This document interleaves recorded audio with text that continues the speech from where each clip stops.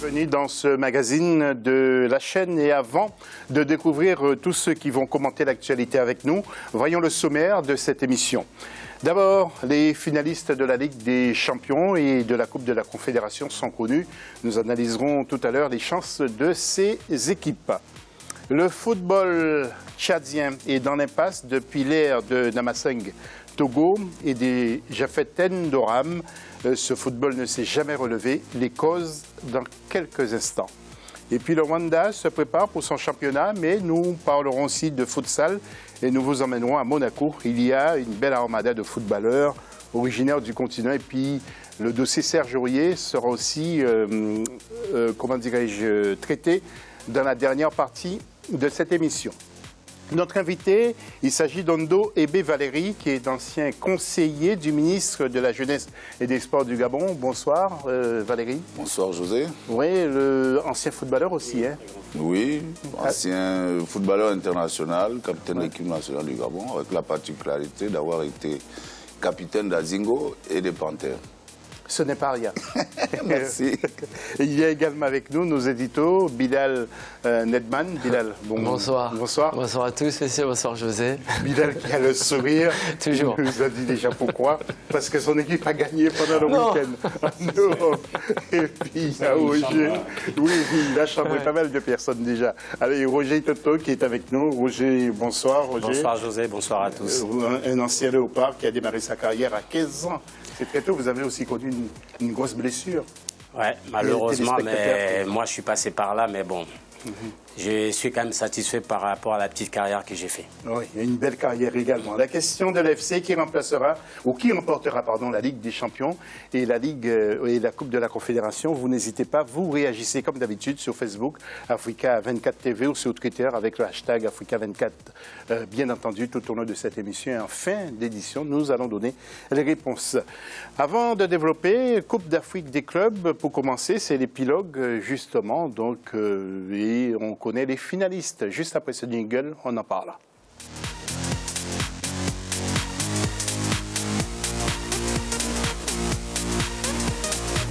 Au stade des demi-finales, retour, faisons le point avec Deo Gracias Podo pour la Ligue des Champions.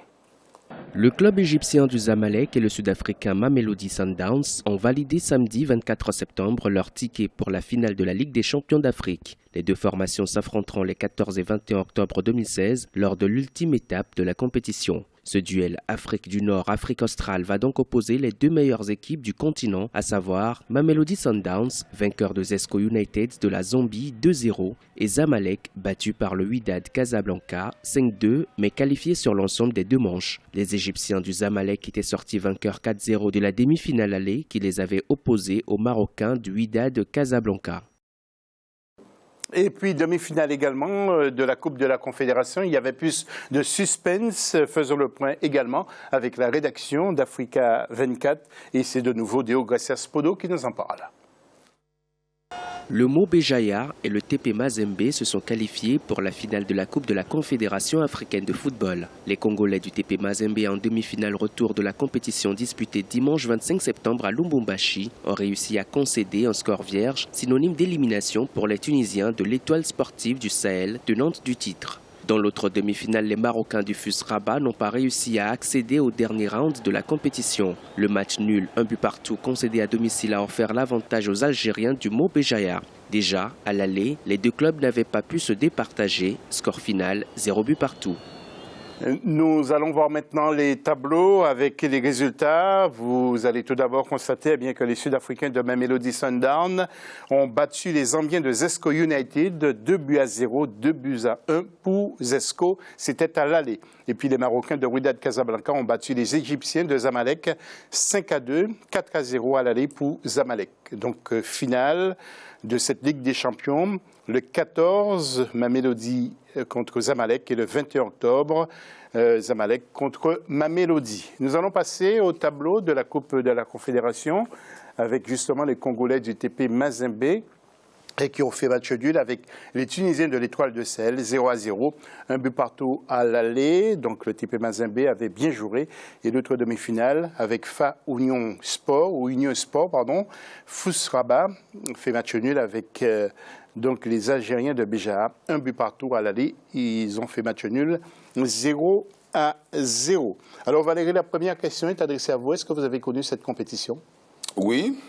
En tant que joueur, hein, bien oui, sûr. en tant que joueur, Ouais. tout à fait. Il faut savoir que bon, l'équipe gabonaise qui est allée le plus loin, c'est en 86, c'est l'AS Sogara qui jouait la finale contre les Égyptiens d'El Ali. Donc après, on a connu une longue période de disette et lorsque j'évoluais dans le Bilinga FC, ancien Shell, on est arrivé jusqu'en demi-finale de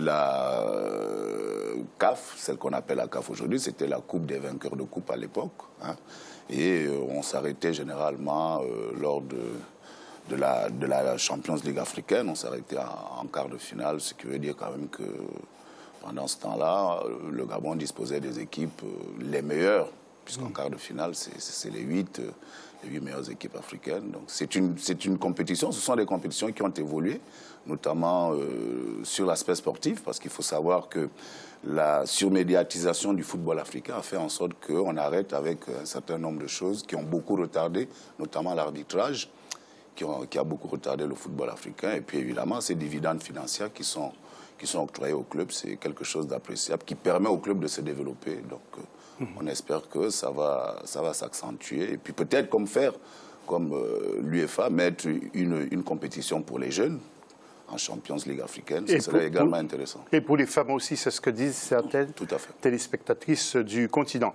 Bilal, qu'est-ce que vous retenez de ces demi-finales, justement, de la Ligue des Champions, de la Coupe de la Confédération? Assez serein et attractif concernant les deux clubs. Déjà en Ligue des Champions, je trouvais un retour grandiose du Zamalek, même si ça ne va pas faire plaisir à mon collègue. Et aussi, justement, ce petit parcours. Ce petit parcours du club algérien, justement de Béjaïa, avec à la tête Nasser Sandiag, qui est très connu en France, qui est très connu en France et qui a fait du très bon boulot et qui rencontrera justement le TP Mazembe dans cette finale. Oui. Et il faut dire aussi qu'on a entraîné la sélection d'Algérie. Aussi, c'est le sélectionneur de l'Algérie aussi dans les années 2000. Oui, c'est ça, il avait amené en quart de finale, je crois, l'équipe algérienne. Mais non loin de ça, il avait entraîné en championnat en CFA, je crois. C'est le Noisy-le-Sec. Oui, tout à fait. Il a entraîné aussi d'autres clubs. Il a même entraîné GSK.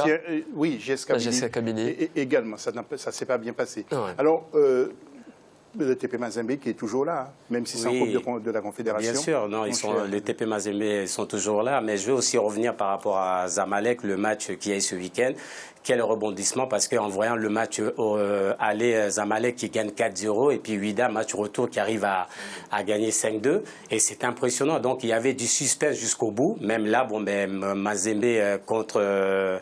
Étoile du Sahel. Pareil aussi, match aller 1-1, match retour 0-0. On a vu que les deux équipes, ça tenait à rien, des petits détails. C'était un match tellement tactique, il y avait peu d'espace. Et donc, tant mieux pour TP Mazembe qui passe encore de nouveau. Chapeau, qui retrouve Béjaïa, qu'ils étaient dans le même groupe pendant les éliminatoires. Donc voilà, là ils vont encore se rejouer l'un contre l'autre. Là où ça va être difficile pour TP Mazembe, TP joue le match aller à domicile et le match retour en Algérie. Donc ça va être difficile. Ça va pas être évident. Valérie, je voudrais vous demander pourquoi les équipes gabonaises marchent moins bien maintenant dans cette compétition.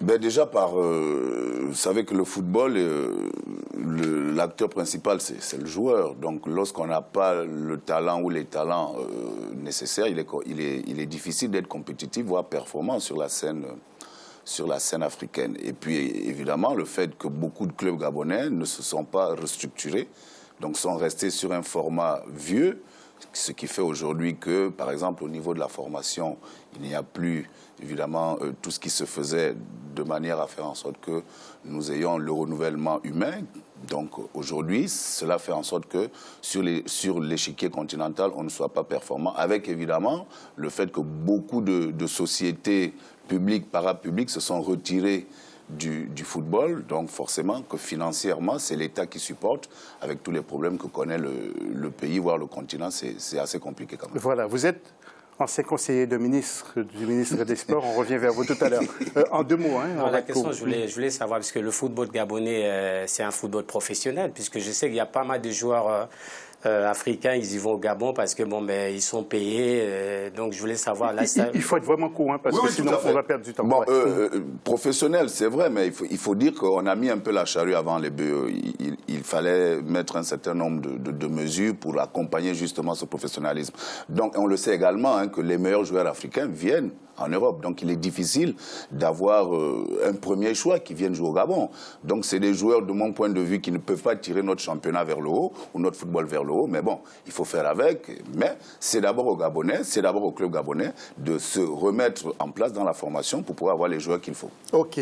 Le football africain connaîtra l'effervescence au mois de janvier-février 2017. Vous le savez, il y aura la CAN avec de vastes chantiers qui ont été engagés pour sortir de terre, plusieurs stades et des infrastructures toutes neuves. Valérie va nous dire quelques mots tout à l'heure parce qu'il connaît bien son pays, le Gabon. Alors, avant de retrouver justement le plateau, je vous propose d'écouter et retrouver aussi Joseph-Antoine Bell. Je vous propose de retrouver le ministre des Sports, M. Blaise Loumbe, qui s'est confié au micro de Serge Kofi à propos justement de l'accueil, des transports et de l'hébergement. Écoutez ce qu'il nous dit. Les opérateurs économiques privés avaient pris l'option en 2012 de construire des hôtels pour que la CAN de 2012 puisse l'accueillir. Ils étaient en retard.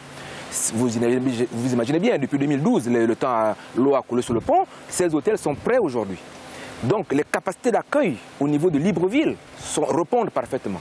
Au niveau de l'intérieur du pays, à Franceville, ça ne pose pas de problème puisque c'est déjà fait. À Port-Gentil, les hôtels se construisent et c'est fait, et également à OIM. La nouveauté, c'est que dans les hôtels de Port-Gentil, dans les stades de Port-Gentil et d'OIM, nous avons profité des gradins, des dessous des gradins pour mettre des hôtels.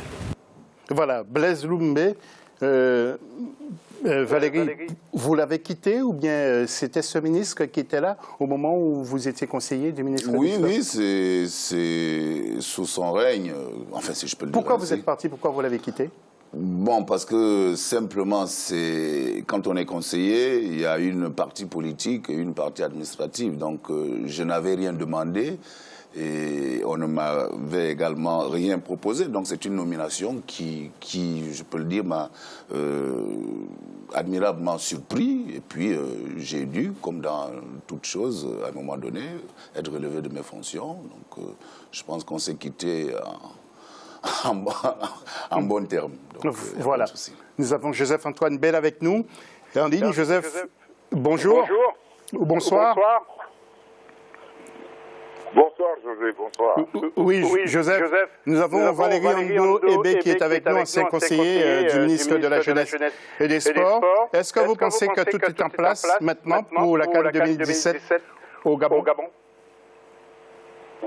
Je pense que Valérie, à qui je passe le bonjour, est mieux placée que moi pour dire si tout est en place au Gabon. Ce que nous autres, nous savons, c'est que le Gabon a obtenu l'organisation et que le Gabon avait déjà co-organisé. Il n'y a pas de raison que le Gabon ne soit pas capable d'organiser. Et puis, c'est vrai que ces derniers jours, on a entendu beaucoup de spéculations à cause des soubresauts qu'il y a eu au Gabon, mais la CAN, c'est dans combien de 3 mois. Il y a bien le temps que tout le monde se remette en place. Et surtout, je ne vois pas le peuple gabonais en train de perturber la CAN. Je ne crois pas du tout. Donc, c'est un peuple frère en plus en tant que Camerounais au-delà de la chaîne. Donc, je croise les doigts pour que le pays reste en paix. Oui. Joseph, restez avec nous. Valérie, qu'est-ce que vous souhaitez aujourd'hui? Qu'il y ait l'apaisement et que tout se passe bien pour cette CAN? Nos téléspectateurs vous regardent, les Gabonais vous regardent, qu'est-ce que vous souhaitez? Non, mais forcément, vous savez que lorsqu'on a été capitaine d'une équipe nationale, c'est-à-dire qu'à ce niveau-là, on a représenté le pays à plusieurs reprises. Donc, on est forcément sensible à ce qui se passe au pays et qu'on voudrait que, pour le bien-être du plus grand nombre des Gabonais, que l'apaisement arrive. que, évidemment, la vie reprenne son cours normal dans ce pays, ce beau pays qui doit accueillir la CAN en janvier et février prochain, que forcément les dirigeants politiques prennent la bonne mesure des responsabilités qui pèsent sur eux actuellement pour prendre les bonnes décisions afin que la vérité se sache et que le Gabon reprenne, parce que c'est le Gabon qui est le plus important dans ça, reprenne son cours normal dans l'histoire. Oui, et Joseph, il faut dire aussi que beaucoup d'investissements ont été faits justement pour permettre au Gabon d'organiser une belle CAN par rapport à 2012.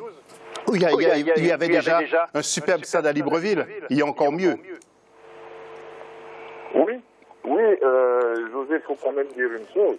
Ne faisons pas comme si le football était au-dessus de tout. Nous souhaitons la paix au Gabon, pas pour la CAN, même si nous, on est spécialement attirés et intéressés par le foot. Mais nous souhaitons la paix au Gabon pour les Gabonais d'abord et pour l'ensemble des Gabonais, pas pour un camp ou un autre. Et nous, les investissements qui ont été faits pour le Gabon et par les Gabonais. Et donc, on ne se mêle pas de ce qui passe. On souhaite qu'il y ait la paix au Gabon et que la CAN puisse se jouer tranquillement. Mais les investissements que le Gabon en tant que pays a consentis ne peuvent pas finalement ne pas servir. En tout cas, ne pas servir à cette occasion parce qu'après tout, les investissements ont été faits pour le Gabon et c'est pas seulement pour la CAN. Il ne faut pas que ça se limite à la CAN, c'est ce que je sais. Je sais que les Gabonais savent bien qu'ils devront utiliser leurs infrastructures au-delà de la CAN. Donc, il ne faut pas s'endetter uniquement pour la CAN. Il faut s'endetter pour les jeunes Gabonais, pour les Gabonais en général. Voilà, merci Joseph. On se retrouve lundi prochain, bien sûr, pour une nouvelle intervention. Et puis je voudrais vous dire que Madagascar accueillera la 2e édition de la CAN des U17. Le 3e tour des matchs retour aura lieu ce 30 septembre et le 1er et 2 octobre, avec notamment Cameroun, Soudan et Côte d'Ivoire, Ghana le 30 septembre précisément. Bilal et Roger Toto, un tout dernier mot à propos du Gabon. Bilal, un dernier mot. Ça serait sympa que le Gabon essaye de mettre en place cette CAN, parce que c'est vrai que d'autres pays on a tendance à la vouloir, même de près. Le Maroc peut l'accueillir avec les infrastructures qu'elle a. Et bon, c'est vrai que le président sortant l'a dit ce week-end encore chez nos confrères de Gabon TV que le Gabon accueillera la Coupe d'Afrique 2017. Voilà, donc pas de question à se poser concernant le Maroc. Le Maroc ne l'aura pas. Roger Toto. Ça sera très important que cette CAN puisse se réaliser d'abord au Gabon et en même temps ça va permettre au peuple gabonais de se rassembler tous derrière l'équipe nationale et puis pour aller de l'avant.